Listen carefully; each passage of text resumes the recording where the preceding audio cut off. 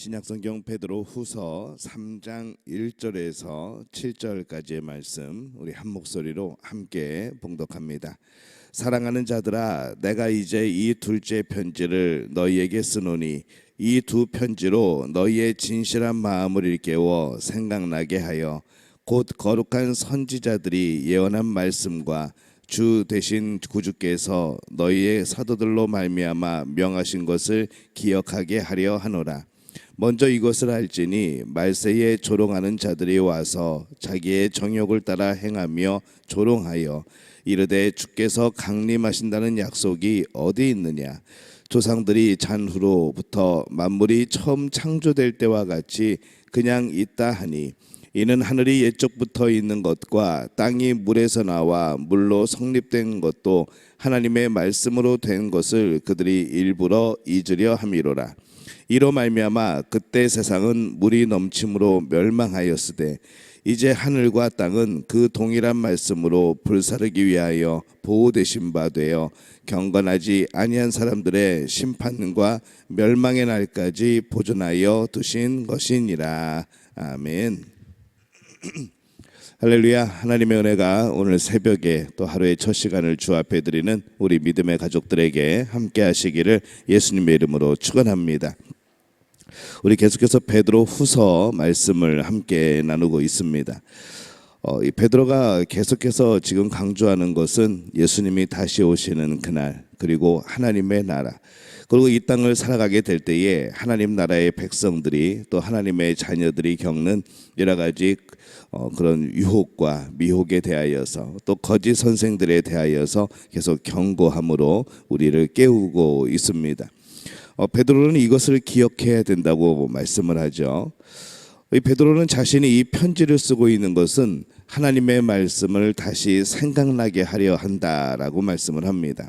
그래서 1절에 보면은 사랑하는 자들아, 내가 이제 이 둘째 편지를 너희에게 쓰노니 이 두 편지로 너희의 진실한 마음을 일깨워 생각나게 하여, 이렇게 말씀을 합니다.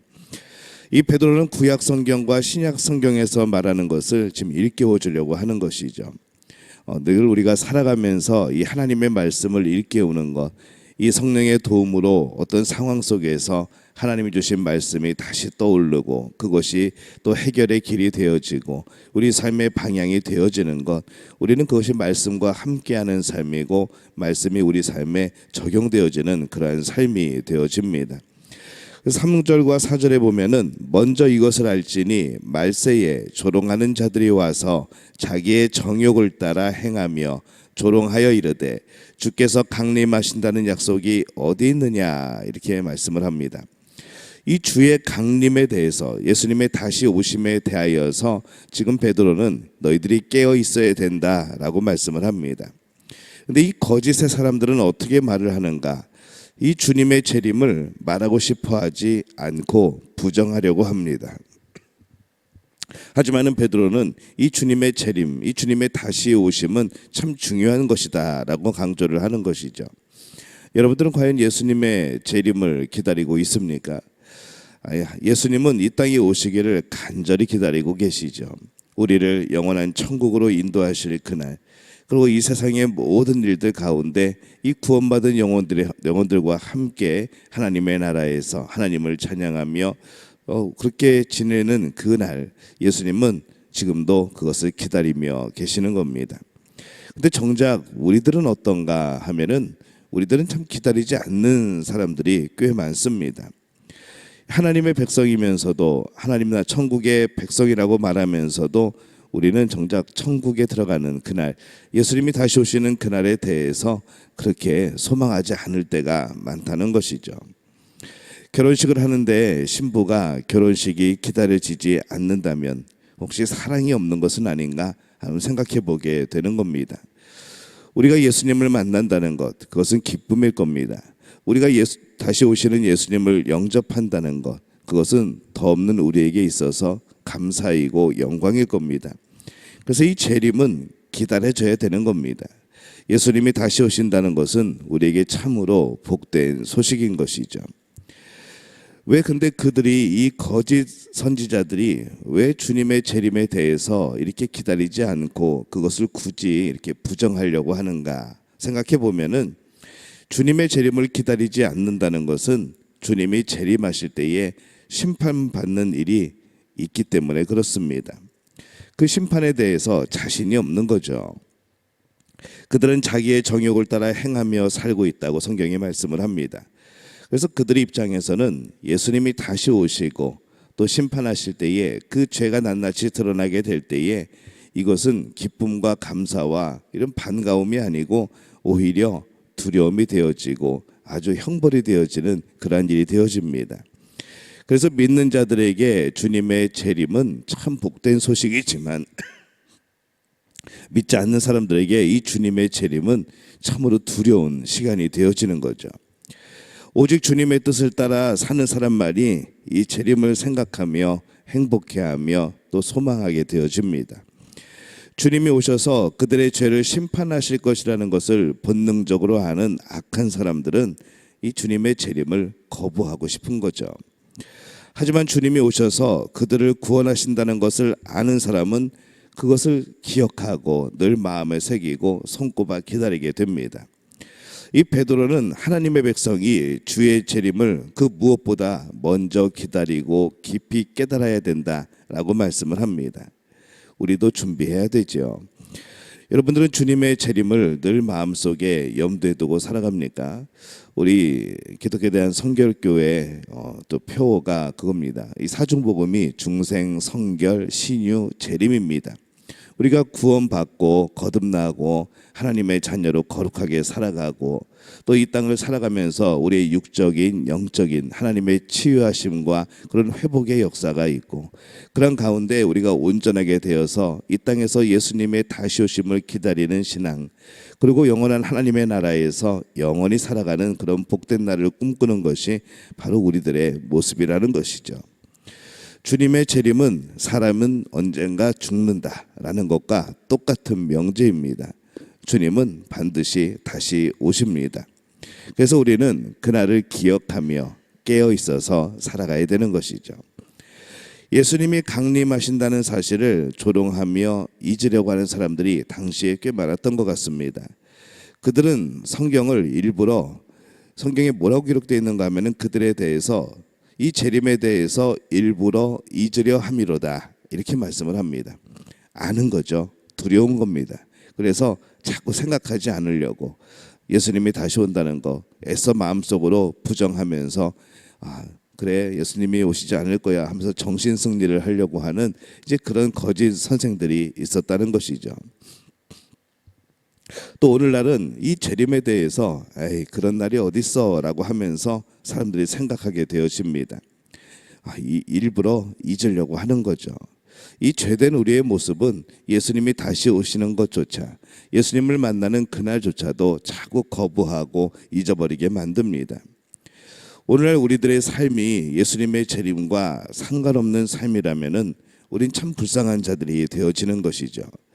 이 세상에서 예수님을 믿으며 그 많은 환난과 핍박을 당하고 또 이 땅에서 우리가 영원히 살 사람이 아니기 때문에 하나님의 나라를 꿈꾸면서 그렇게 우리가 견디며 이기며 살아왔는데 상급을 바라보며 살아왔는데 이 예수님의 재림이 기다려지지 않는다면은 우리가 그동안 살아온 모든 것이 무엇이 되어지는가 이제 이런 그런 허무한 결론이 되어 버립니다.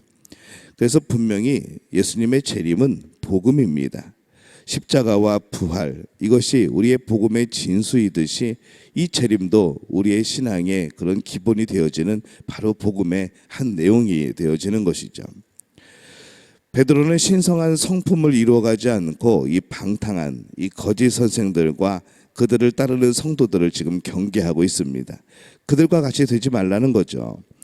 그들이 그렇게 신성한 성품을 이루어가는 것을 무시하고 또 게을리하는 그 모습을 보면서 그들은 당장의 육체의 그런 욕심을 따라가지만은 그것이 더 즐겁고 유익한 것 같지만은 그러나 예수님이 다시 오심을 생각하게 되면은 지금 당장에 우리의 육체적인 만족이 우리의 기쁨이 아니고 우리들의 이 땅의 삶을 통하여서 예수님을 위한, 예수님을 맞이하기 위한, 예수님 앞에 섰을 때에 우리의 삶이 칭찬받기 위한 이 일에 우리는 더 힘써야 된다는 겁니다.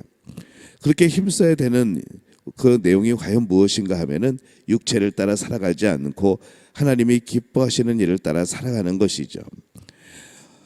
어떻게 해서든지 그들은 이 상황을 알기 때문에 주님의 재림을 부정하려고 합니다. 마치 성경에 예수님이 다시 온다는 말씀이 없는 것처럼 그렇게 가르쳤다는 것이죠. 주님의 재림을 생각하지 않는 사람들은 그것을 믿지 않고 싶어 합니다. 그러나 그것은 그들의 마음일 뿐이고 우리는 분명히 예수님의 다시 오심을 우리는 알고 있고 성경이 그것을 증거하고 있습니다. 7절에 보면은 이제 하늘과 땅은 그 동일한 말씀으로 불사르기 위하여 보호되신 바 되어 경건하지 아니한 사람들의 심판과 멸망의 날까지 보존하여 두신 것이니라, 이렇게 말씀을 합니다. 사실 이 세상은 심판받기 위하여 그때까지 기다리고 있는 것이죠.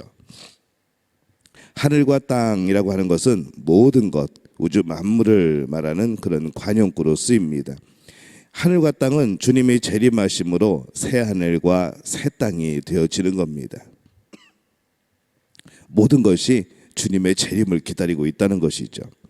인간만이 그 재림에 대해서 거부하고 잊어버리려고 하고 준비하지 않는 겁니다. 성경에서 말씀하는 가장 중심적이고 기본적인 사실, 예수님이 다시 오신다는 겁니다. 이 주님의 재림이 과연 뭡니까? 주님의 재림은 그것을 믿지 않고 거짓되게 산 사람에게는 무서운 날이 될 것이고 우리는 가장 행복한 날이 되어진다는 것이죠. 재림과 심판이 있다는 것, 이것은 우리에게 두려움이 아닙니다. 하나님의 자녀들에게는 재림과 심판이 있다는 것은 하나님께서 우리를 위로하시고 우리를 격려하시고 그동안의 수고에 대하여서 잘했다 칭찬하시고 또 하나님과 함께 영원히 살아가는 그런 놀라운 구원의 역사에 바로 복음이 재림과 심판인 것이죠. 우리의 삶을 다 기억하시고 그것에 잘잘못을 심판하신다는 것은 우리의 삶을 그만큼 귀하게 보시는 겁니다. 우리를 창조하신 창조주가 이 피조물의 삶을 매 순간마다 지켜보신다는 것, 우리의 삶을 감시하는 게 아니라 우리의 삶이 귀하기 때문에, 우리에게 주신 시간이 귀하기 때문에 우리의 삶을 귀중하게 여기시며 우리를 살피시고 보호하시는 것, 바로 이 심판과 재림은 그런 의미라는 것이죠. 그렇기 때문에 그만큼 우리를 하나님이 사랑하시기 때문에 거짓되게 살면서 재림을 무서워하고 피하는 그런 것에 대하여서 마음 아파하시고 안타까워하시는 겁니다. 그래서 우리는 참되게 살면서 이 예수님의 재림과 하나님의 심판을 오히려 기다리는 사람이 되어야 되는 것이죠. 여러분들은 주님이 재림하신다는 약속을 기쁨으로 기다리고 있습니까? 아니면은 스스로를 속이고 가리고 있습니까? 주님의 재림을 확실하게 믿고 마음에 새기고 그 재림을 기다리며 살아가는 분들이 되어주시기를 바랍니다. 그날은 행복한 날입니다. 우리에게도 행복한 날이 되어야 합니다. 주님은 반드시 다시 오십니다. 우리를 사랑하셔서 우리를 구원하시기 위하여 오십니다. 주님이 오시면은 우리의 모든 삶을 결산하고 또 우리를 칭찬하시고 우리의 삶 속에서 하나님의 놀라운 또 은혜가 임하게 될 겁니다. 왜냐하면 우리의 삶은 하나님이 주신 귀한 삶이기 때문에 그렇습니다. 오늘 우리의 멋대로 살기 위하여서 주님의 재림을 자꾸 잊으려고 하는 우리의 그런 악한 생각들을 버리시기를 바랍니다. 오늘 예수님의 재림을 기억하면서 주님 앞에 언제 만나더라도 부끄러움이 없는 그런 삶이 되어지시기를 예수님의 이름으로 축원합니다.